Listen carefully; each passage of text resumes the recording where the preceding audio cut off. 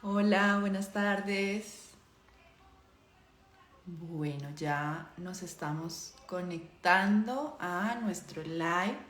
Voy a dar un minuto a que las personas o que más personas nos acompañen. Ya veo algunas personas por ahí. Buenas tardes, ¿cómo están? Qué gusto que nos acompañen la tarde de hoy.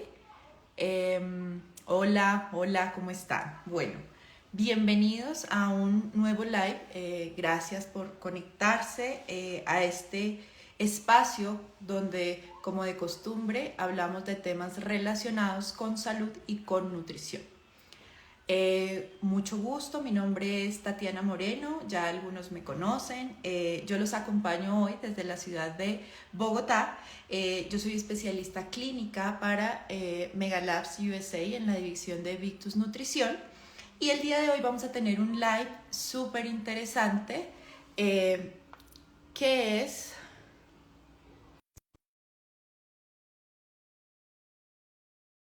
un live súper interesante que es acerca de los efectos de la leucina y de la calidad de las proteínas sobre la recuperación de pacientes con sarcopenia o movilidad reducida. Ya nos acompaña por ahí nuestra invitada. Carito, buenas tardes, ¿cómo te va? Hola Tati, muy buenas tardes, ¿cómo estás? Creo que estoy con una luz que no nos deja ver muy bien. Sí, y de pronto si te quieras, exacto, comunicar para que no quedemos contra luz, así estamos mejor. Estaba contando, Carito, que hoy tenemos un tema súper interesante acerca de la leucina y de la calidad de las proteínas en aquellos pacientes con sarcopenia y o con movilidad reducida. Y este es un tema que ya tú nos contarás, pero definitivamente es un tema en tendencia y donde cada vez entendemos mucho más el rol que tiene el músculo como reserva frente a la enfermedad, pero además como una reserva que tenemos que cuidar mucho. Para tocar este tema, hoy nos acompaña desde, bueno, no desde la ciudad de Bogotá, normalmente está desde la ciudad de Bogotá, pero hoy nos acompaña desde Montería, la nutricionista Carolina Pinzón.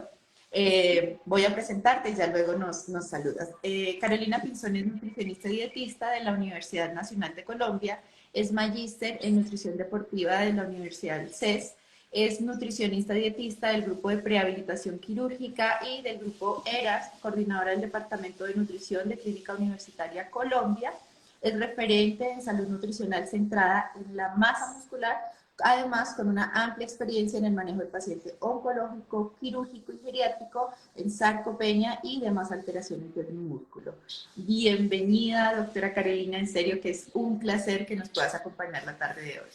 Muchas gracias Tati, muchas gracias a todos por estar el día de hoy acá acompañándome. Un gusto poder acompañarlos a ustedes con este tema que para mí ha significado la pasión en estos últimos 3 años, el desarrollo y la importancia de la masa muscular como eje central frente a la respuesta orgánica a la enfermedad. Gracias. Seguro que nos vamos a gozar cada minuto de este live con toda la información de valor que nos vas a dar. Y para entrar en materia, pero además con la intención de tener como un marco, una conceptualización, cuéntanos por qué es tan importante el músculo en presencia de enfermedad, por qué definitivamente se vuelve un órgano crítico para cuidar. Como tú lo acabas de citar, Tati, creo que la primera visión que cambia es el órgano como un eje de locomoción o como un órgano simplemente que daba sostén a nuestra masa ósea, a ser un órgano endocrino, paracrino y exocrino que va a estar vinculado a diferentes procesos orgánicos y que va a interactuar con todos los sistemas, proporcionándole un mejor escenario y un mejor ecosistema para la operación de todos los sistemas. Cuando entendemos que la masa muscular es un órgano activo, comenzamos a ver cómo cuando ella está afectada se va a ver un deterioro en todos los ecosistemas en los cuales se relaciona y esto directamente implica aparición de enfermedad, evolución temprana de la enfermedad y nos va a caracterizar una condición deleteria y negativa para los pacientes.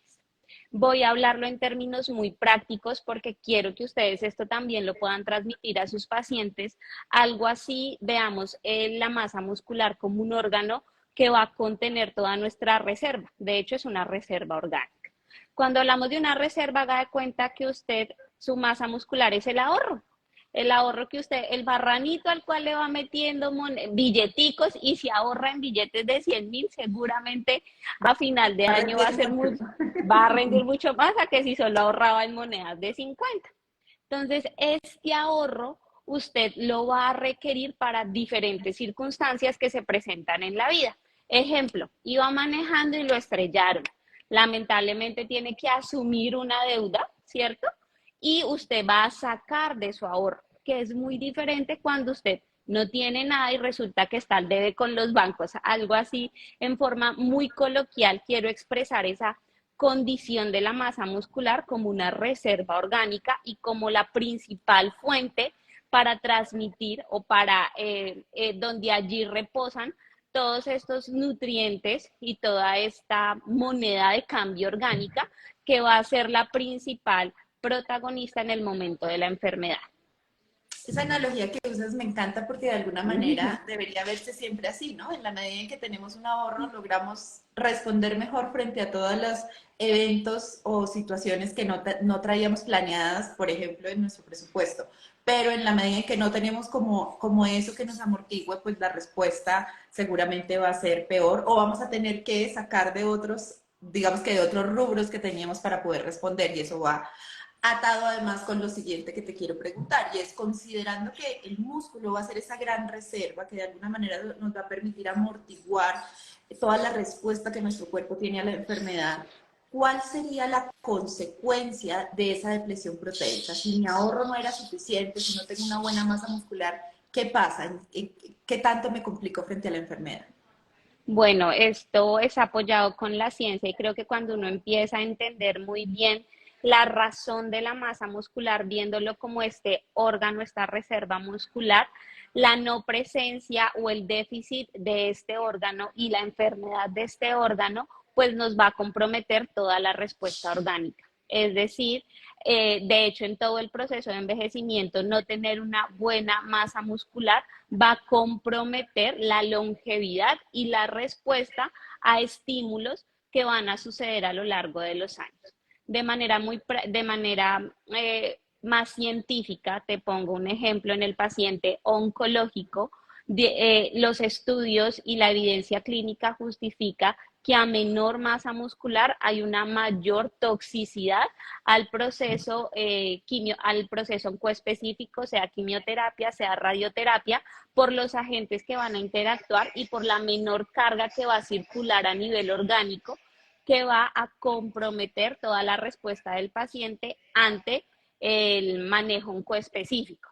En manejo en estrés quirúrgico, un paciente que va a ser llevado a una cirugía gastrointestinal mayor, la evidencia soporta que una peor condición de su masa muscular va a resultar en mayor infección, mayores tasas de estancia hospitalaria, dehiscencia de anastomosis. Entonces, cuando empezamos a ver todos estos efectos deletéreos que tiene una mala condición de la masa muscular desde su aspecto fenotípico y desde el aspecto de la función, pues empezamos a ver un nuevo panorama acerca de la respuesta orgánica a la enfermedad.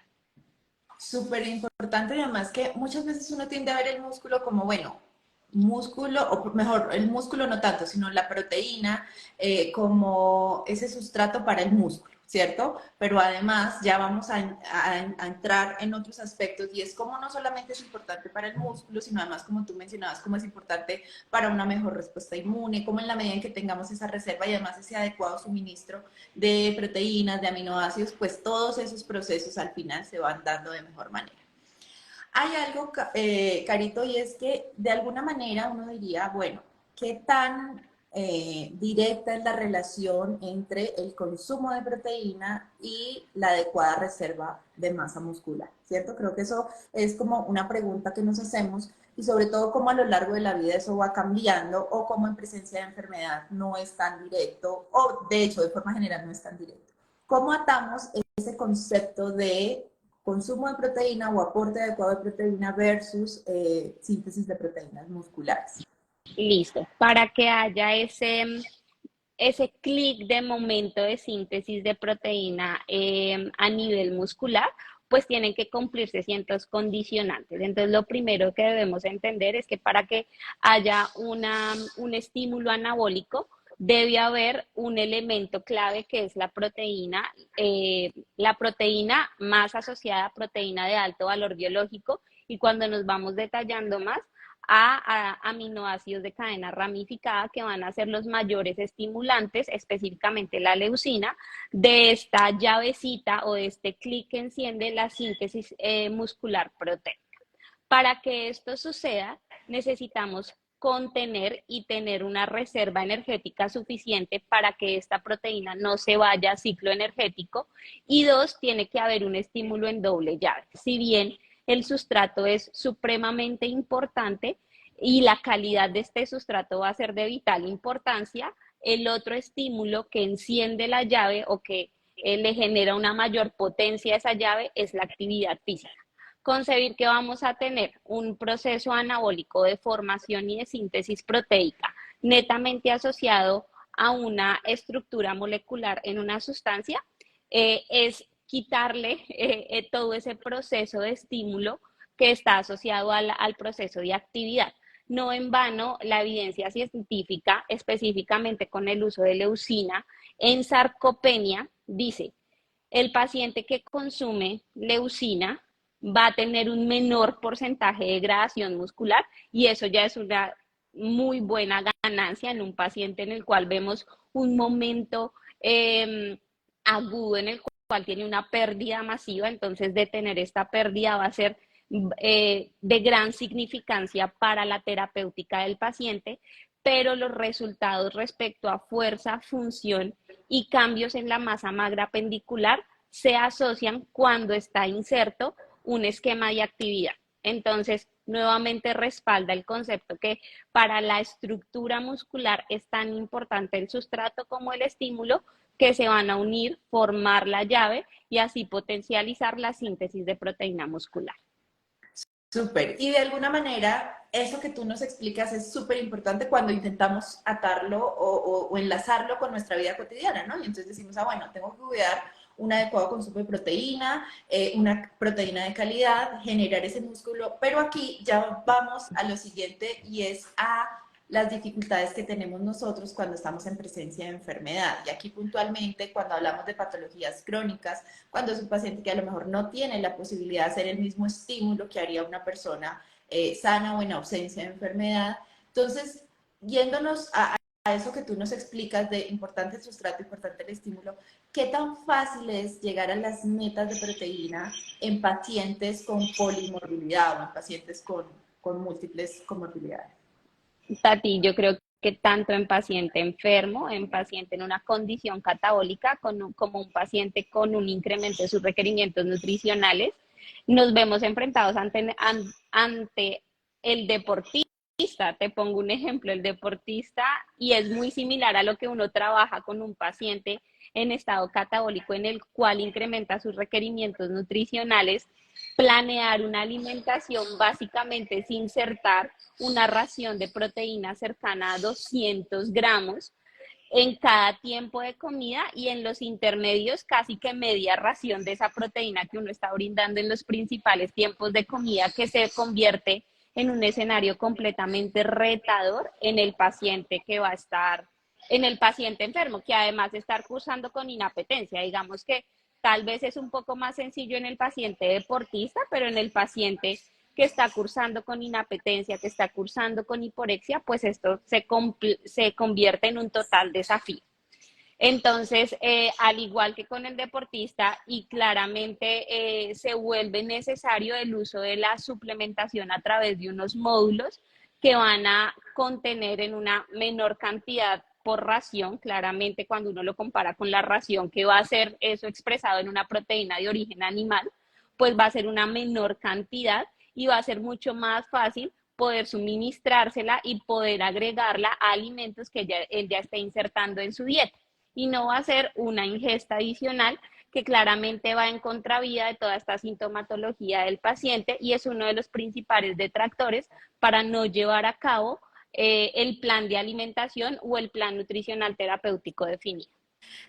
Eso que mencionas es súper, súper importante, digo yo, porque creo que muchas veces uno se va a la experiencia en la práctica o a lo que tú mencionas de, bueno, hago ajustes en la alimentación. Y yo recuerdo mucho cuando nosotros necesitábamos aumentar proteína y pues ¿qué hace uno? Doblar la porción, ¿cierto? Y entonces a lo mejor doble proteína en almuerzo y cena.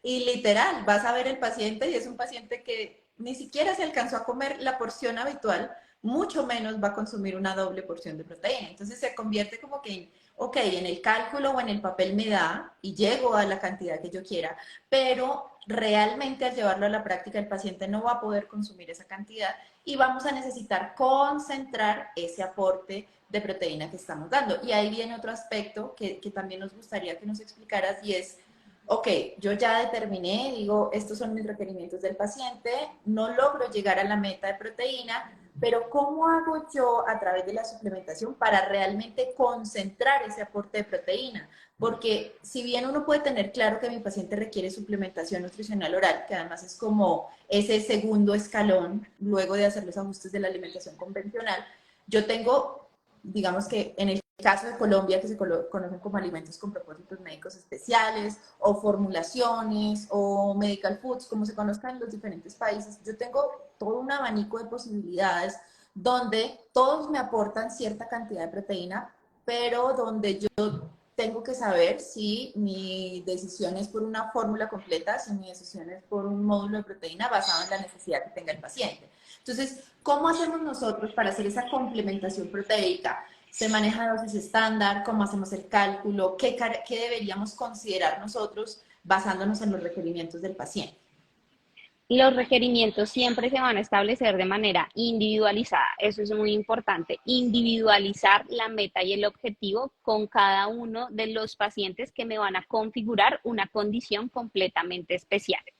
En algunas situaciones voy a emplear o mi decisión va a ser emplear una fórmula completa, ¿cierto? Que me brinde una carga proteica, pero además una carga calórica, como mi intención en otros sucesos pueda únicamente ser brindar el módulo de proteína porque está en una condición catabólica o en otras condiciones, en un paciente sarcopénico, en un paciente donde yo quiero intensificar esta terapia, evitar esta pérdida de masa muscular y si lo relaciono con actividad física, con todo este proceso de rehabilitación, además estimular síntesis proteica, pues claramente voy a buscar un elemento vital para que se dé este proceso y es que la proteína que yo esté prescribiendo contenga leucina y contenga aminoácidos ramificados que van a ser los más llamativos en todo este proceso de síntesis muscular proteica, resaltando el papel protagónico y el principal papel estudiado de la leucina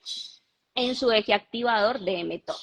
Cantidades, pues hablamos de una dosificación personalizada para el paciente, pero cuando hablamos de leucina se generaliza un poco más la dosificación en los ensayos clínicos que han demostrado un impacto con su intervención va de 2,8 a 5 gramos. Entre esa bandera, ¿cuál elegir? Creo que la terapéutica me la va dando el paciente de acuerdo a la aceptabilidad y tolerancia del producto y a la versatilidad con el que yo lo incluya en su alimentación. Supremamente importante. Nos hablan, de hecho, en Paul Meyer en sus últimas publicaciones y lo citó también en Aspen, mencionaba dentro de la terapia del paciente que va a ser llevado a un procedimiento quirúrgico mayor la suplementación con leucina alrededor de 5 gramos. Es muy importante que esta suplementación uno la puede fraccionar 2 veces al día, 3 veces al día y este estímulo tiene que ir potencializado y tiene que ser sinergista con todo el proceso de actividad física. Entonces, siempre recordar que el estímulo va respecto al sustrato y respecto a la actividad. ¿En qué momento prescribirla o en qué momento tomarla? Digamos que cuando uno hace actividad, tiene una ventana muy amplia para el uso de esta proteína. Entonces, no es que imperantemente tenga que ser 10 minutos después de generar la actividad, no, puede ser dentro de la bebida durante la hidratación de la actividad, si lo quiere hacer antes de empezar la actividad o después de empezar la actividad, va a ser un muy buen sustrato que va a promover conjunto con la actividad un estímulo que va a generar síntesis muscular proteica. Bueno, yo ahí me voy a volver un poquito porque has dicho muchísimas cosas que son súper importantes y que creo que vamos a ir desglosando. También a la audiencia, en la medida en que quieran hacer preguntas, yo las estoy revisando también constantemente, entonces la invitación también a que nos puedan preguntar. Tú mencionabas, digamos que las proteínas como tal, en términos de evaluar el contenido de aminoácidos esenciales, como el perfil que como tal tengan las proteínas. Creo que ahí hay un montón de conceptos que podríamos, no sé, tardar muchísimo en hablar, como de absorción rápida, absorción lenta, como utilización. Pero bueno, de forma general, ¿cómo nosotros evaluamos esa calidad de las proteínas? ¿Cuáles serían como esos principales indicadores? ¿Cómo saber frente a diferentes tipos de proteína cuál es la que nos conviene para nuestro paciente, si es un paciente que tiene posibilidad de hacer más actividad o si además es un paciente que no tiene tanta posibilidad como tal de actividad física, sino que estamos hablando más de una terapia física, no sé, por ejemplo, en el hospitalizado?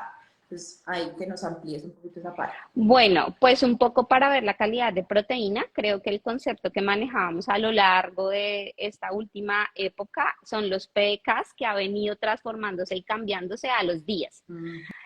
¿Qué va a evaluar específicamente? La digestibilidad y la absorción y el uso biológico de esa proteína. Al final, esto ha hecho que migre el gol estándar. Inicialmente era el huevo, actualmente es la leche materna, la considerada gol estándar en ese pool de aminoácidos que va a favorecer o que van a favorecer una absorción completa del 100% de todo el pool de proteínas del todo el pool de aminoácidos que nos va a aportar la proteína que le estoy suministrando.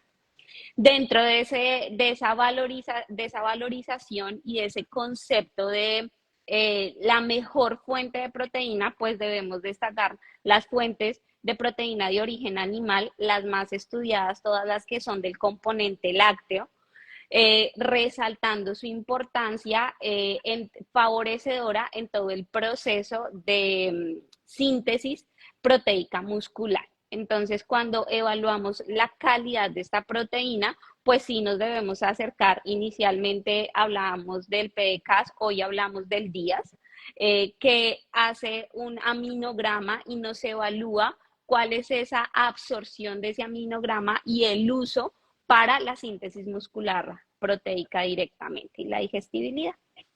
Ok, otra cosa que también mencionabas y que me quedó, y que de hecho es algo que mencionamos mucho, es que, ok, la leucina tiene un papel súper importante, incluso ya están esas dosis descritas o esos rangos de dosis que nos van a permitir los resultados esperados, pero también está descrito que la leucina solita no podría como hacer toda la acción, sino que en general se recomienda ese aporte de leucina soportado con un alto aporte o un buen aporte de aminoácidos esenciales, que de alguna manera eso es lo que te está dando la proteína completa, no sé, que vaya junto con el módulo que estás utilizando. Entonces, un poquito ampliar eso, cuál es la importancia de ese soporte de aminoácidos esenciales y cómo esto potencia esa acción que tiene la leucina para favorecer la síntesis de proteínas musculares.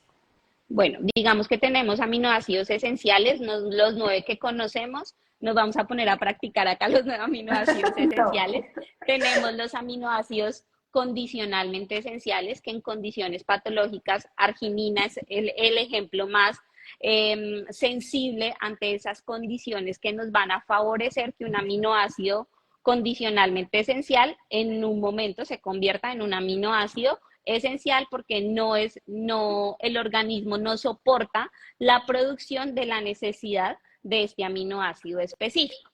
Entonces, siempre recordar que los aminoácidos esenciales contenidos en todas las fuentes proteicas van a ser de mejor expresión en todas las fuentes de origen animal que de origen vegetal.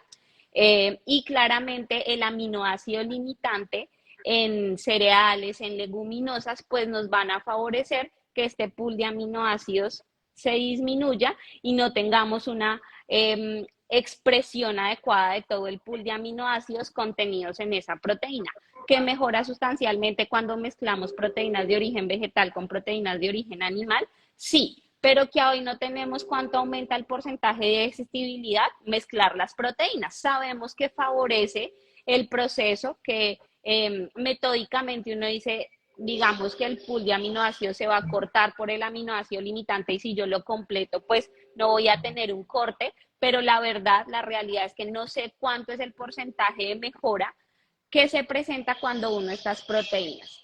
Entonces, lo más importante en todas las situaciones es considerar una proteína de alto valor biológico que va a contener estos aminoácidos esenciales. Se habla, unas proteínas van a tener en mayor cantidad, otras en menor cantidad, que estos aminoácidos, por ejemplo, la leucina, se encuentra en el total de la proteína entre un 10, 15, máximo un 20% del total de la proteína de alto valor biológico.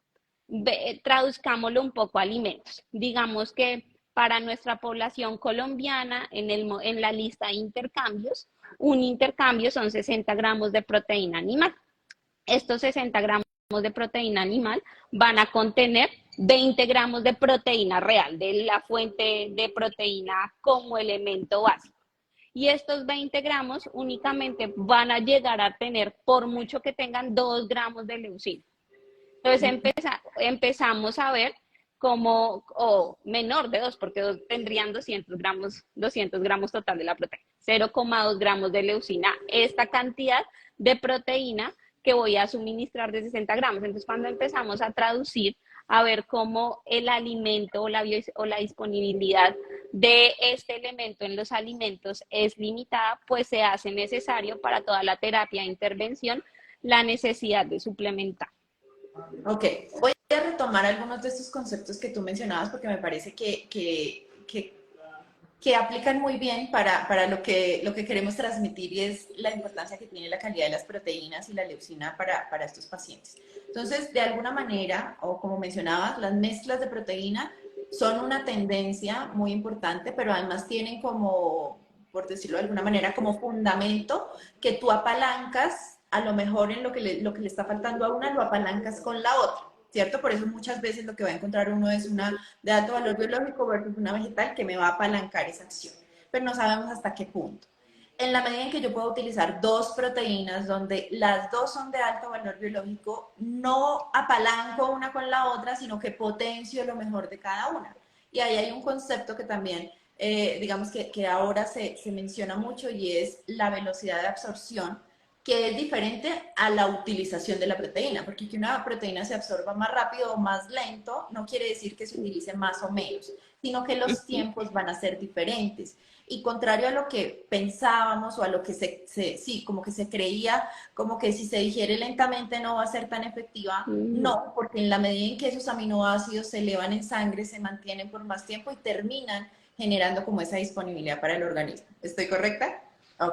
Perfecto. Y lo otro que mencionabas es, bueno, ya tengo la proteína de alto valor biológico, tiene un buen perfil, tiene un buen aporte de aminoácidos ramificados y tiene un buen aporte de leucina. Pero a lo mejor esa leucina que de por sí tiene no es suficiente para que al momento de que yo haga mis cálculos me llegue a la dosis que quiero dar. Que de alguna manera si yo defino, ok, en mi paciente voy a complementar 20, 30, 40 gramos de proteína, a lo mejor no alcanzo a estar en ese rango de dosis de leucina que tú nos mencionabas. Entonces, muchas veces va a ser necesario esa suplementación o ese extra de leucina que tenga ese módulo para llegar a que me, digamos que me haga un buen match entre lo que defino de proteína y lo que me está aportando extra de leucina. ¿Sí? Tati, algo importante, un poco para cerrar, aportar a tu comentario es la evidencia científica justifica la suplementación de leucina considerando unas dietas altas en proteína, digamos altas entre 1, 1,2 a 1,5 gramos por kilogramo de peso del paciente. Entonces, esta suplementación no considera la leucina contenida dentro de la proteína de alto valor biológico que ya están suministrando en la dieta en la cual se han hecho estos ensayos, sino es una leucina suplementada adicional a la contenida en la dieta y ya no, pues los valores que citaba, hay estudios de efectividad con 2,8 hasta con 5 gramos de leucina a día. Entonces eso es muy importante considerar en el momento de hacer la planeación. Desconocer que se hayan planeado con estos insumos de proteína total que contenían leucina y se hizo necesario generar un aporte extra de leucina para ver la efectividad. La mayoría de estudios están en pacientes con sarcopenia. Si nos ponemos a evaluar, por ejemplo, en un paciente, en un deportista, esta evidencia se queda un poco corta a los mecanismos que hace el deportista en todos sus momentos de adaptación, que en un paciente en estado catabólico que posteriormente va a haber una condición anabólica muy importante, pues se van a potencializar cuando encuentra estos elementos que potencializan la síntesis anabólica. Ok, o sea que yo tengo que considerar esa dosis que tú nos mencionabas adicional a lo que ya sabemos que a través de los alimentos igual el paciente va a recibir, porque cuando recibes proteína, recibes aminoácidos dentro de esos esenciales y dentro de esos leucinas. Perfecto. Bueno, tú nos mencionabas la dosis que está a partir de 2,5 hasta 5, incluso hay algunos estudios que podrían hablar Sí. un poquito de más. ¿Hay alguna contraindicación o hay un límite superior que digas a partir de ahí no se debería dar o en tales condiciones no se debería dar? No, Tati, yo hasta para paciente encefalopático uno principalmente brinda aminoácidos de cadena ramificada.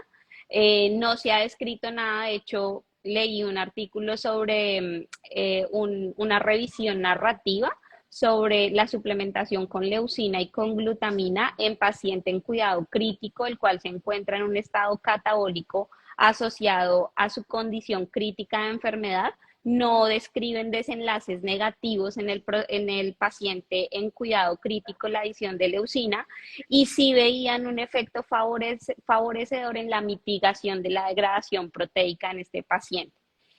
No se vio un efecto positivo al mezclar leucina-glutamina. El ensayo consideraba la adición de estos dos elementos. No asoció un evento potencializador cuando se agregaba glutamina y sí se vio un efecto favorecedor únicamente con leucina. Desconozco, te soy sincera, desconozco los efectos negativos de la leucina. No he leído, no me he acercado a la literatura a la que yo me he acercado, no esbozan ningún efecto negativo con la suplementación de leucina en ningún tipo de paciente. Ok, ok, sí, quería confirmarlo contigo porque efectivamente cuando revisamos en la literatura no hay ninguna como contraindicación o situación que nos diga no se puede utilizar porque en últimas pues es un aminoácido esencial que estamos aportando y que se considera muy seguro. De hecho, mira que en una ocasión revisando con las dosis máximas incluso hablaba como de dosis tope, no recuerdo, era como de 39 gramos, que uno dice, bueno, tú no vas a llegar a eso, pues jamás. Hay una pregunta que me hacen que de hecho estaba a punto de hacértela y la voy a complementar. Dice, ¿qué momento sería ideal para administrar la leucina en paciente con movilidad reducida? Y ahí yo la complemento porque yo te quería preguntar justamente eso. ¿Qué consideraciones adicionales voy a tener justamente en ese paciente en el que no puedo hacer actividad física, sino que es terapia física prescrita, por ejemplo, dentro de la hospitalización? La terapia física también es un modelo de actividad física, ¿listo? Es un modelo de movilidad. Cuando nos sentamos con nuestra fisioterapeuta a detallar un poco este momento de actividad, es muy importante que la actividad esté relacionada con el impulso ejecutado por el individuo, quiere decir con las acciones concéntricas y excéntricas que él haga de sus grupos musculares. Por eso no es tan sensible a los efectos de la actividad, terapias como la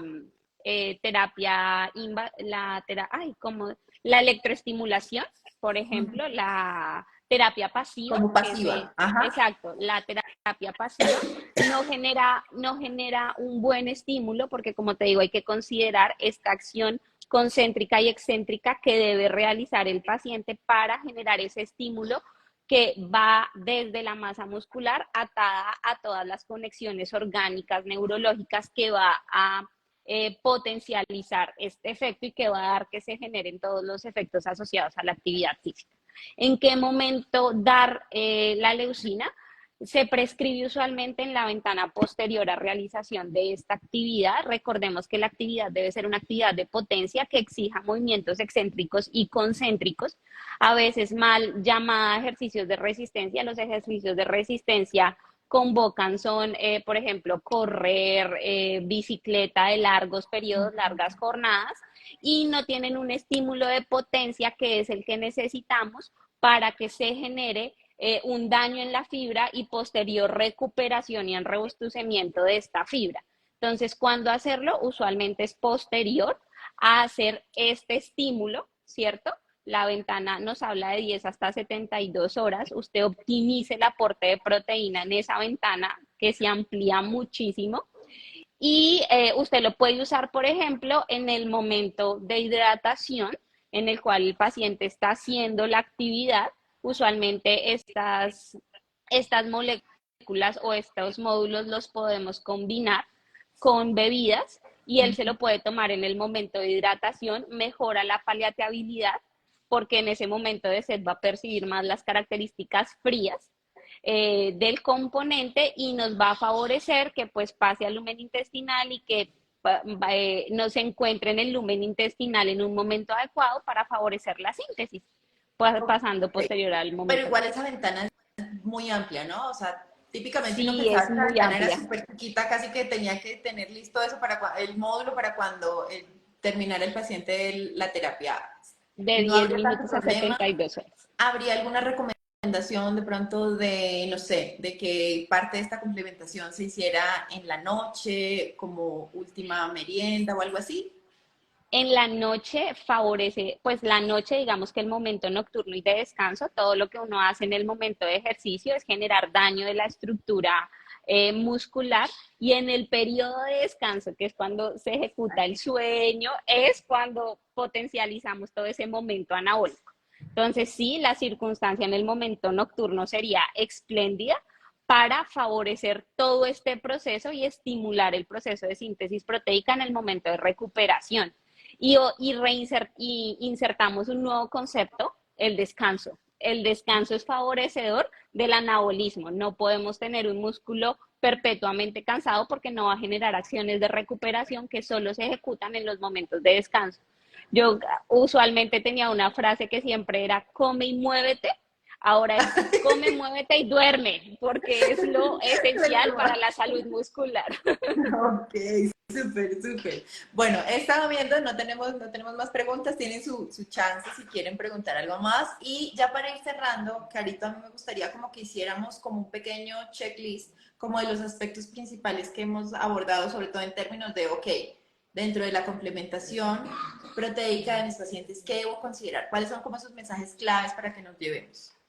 Suplementación proteica, condición del paciente, estímulo físico. Quiero dejar esta cuña publicitaria porque se nos olvida a veces mucho concebir el proceso de nutrición desconociendo todo lo que hace el eje de actividad y estímulo físico. Creo que es desconocer la mitad de nuestro proceso de cuidado nutricional. Entonces, en el momento de la prescripción, las necesidades específicas del paciente, tal vez comenzar a borrar de nuestro imaginario estas dietas hipoproteicas, estas dietas que aportan menos de 0,8 gramos de proteína. Recordemos que para la población adulta sana la recomendación es de 0,81 gramo, pero que en una población en la cual los requerimientos se encuentran incrementados, voy a tener que favorecer un adecuado aporte de proteína. Cuando ya tengo ese aporte, considerar siempre la fuente de esa proteína que me debe solventar las necesidades y debe contener un muy buen pool de aminoácidos que favorezcan esta síntesis muscular proteica o el objetivo específico de mi paciente, sin olvidar generar un adecuado soporte energético que vaya a favorecer pues el uso de esta proteína para el eje muscular y considerar el uso de la suplementación nutricional en las condiciones que sean necesario para favorecer esta síntesis proteica muscular. Ok, muchas gracias. Hay una pregunta, ya te iba a decir que ya cerramos, pero hay una pregunta. ¿Cuál sería la dosis para inducir la hipertrofia muscular en personas sanas? Bueno, esa es una muy buena pregunta. Si uno va a las referencias bibliográficas de ayudas ergogénicas específicamente, uno encuentra la proteína total como una ayuda ergogénica, pero cuando uno desglosa por aminoácidos esenciales específicamente, ya se traspasa al grupo B. ¿Qué sucede con estos qué sucede con este estímulo en personas físicamente activas, en deportistas, en personas sanas? Que suceden mecanismos de adaptación. Entonces, en un primer momento podemos ver un momento favorecedor, pero como no hay una condición catabólica persistente inducida por la enfermedad o por ambiente inflamatorio, pues van a generar mecanismos de adaptación Entonces la dosis comienza a volverse, a llegar a picos que no generan ningún tipo de intervención. La lectura que yo he hecho de manera juiciosa hablan de 2,8 a 6 en pacientes sarcopénicos. Leí un estudio máximo hasta 12, pero también en deportistas las dosis máximas que trabajan son 6 gramos día. Entonces uno puede irse con la dosis al tope en un momento específico donde quiera generar hipertrofia, donde haya una mayor carga, quiere decir hay un mayor daño celular en el músculo y va a generar un mejor proceso de recuperación, pero esto no se da per se. Esto debe llegar a un tope, un momento de descanso, de generar un no proceso de adaptación para volver a dar ese impulso. Ok. Hay otra pregunta, pero no sé, entendería yo que no tiene que ver tanto con dosis de leucina, porque ahí creo que no cambiaría, sino más bien como con dosis total de proteína, porque dice, ¿cuál sería la recomendación para pacientes nefrópatas con movilidad reducida? ¿Qué tanto nos restringimos Bueno, a en esto? el nefrópata hay que considerar el estadio de su condición renal. Siempre es muy importante considerar su tasa de filtración glomerular, hacer todo el ejercicio juicioso de la condición actual de su tasa de filtración glomerular, corregida también por la edad del paciente. Y para el paciente en esa condición, lo primero es recordar que no hay que generar una dieta restrictiva en el ámbito de la proteína, quiere decir menor a 0,8, no va a generar ningún efecto favorecedor. Y también en términos muy coloquiales es la proteína que usted no le dé, él la va a buscar y la va a buscar del componente orgánico. Entonces, sí, entonces lo que va a hacer es generar una degradación de la proteína porque él igual la sigue necesitando. Y en un evento estresor, pues él no va a usar y usualmente se vuelven con mayor resistencia a la insulina por menor sensibilidad periférica a la insulina y el sustrato segundo que va a emplear no son las grasas, va a ser la proteína para vincular a ciclos energéticos. Entonces es muy importante que en este paciente detallemos todos esos ítems de cuidado y nunca ser menor a 0,8.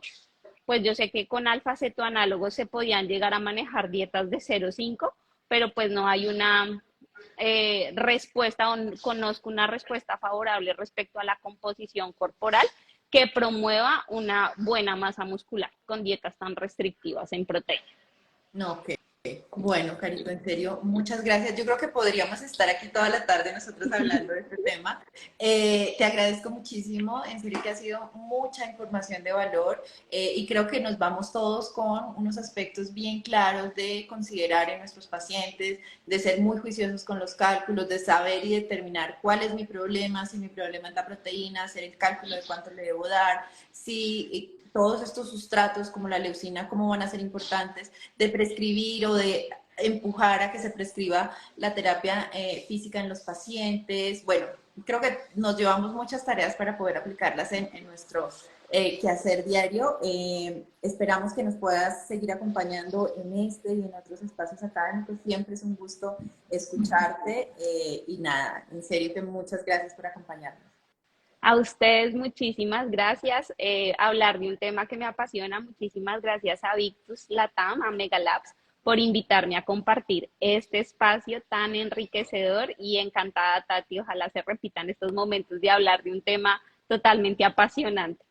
Así es, así es. Y de llevar información de valor a través de nuestras redes, que es parte de nuestro objetivo, ya que esta es una forma de acercarnos muchísimo, no solo a profesionales, sino en general a todas las personas y definitivamente es muy bueno poder hacerlo desde la ciencia, desde la responsabilidad y llevando información de valor. A todos ustedes, muchísimas gracias por acompañarnos en este live. No olviden consultarnos, no olviden seguirnos, estamos aquí y para nada, siempre intentando dar el mejor soporte. Carito, muchas gracias y a ustedes gracias. Hasta luego. Que estén muy bien. Hasta luego. Bye.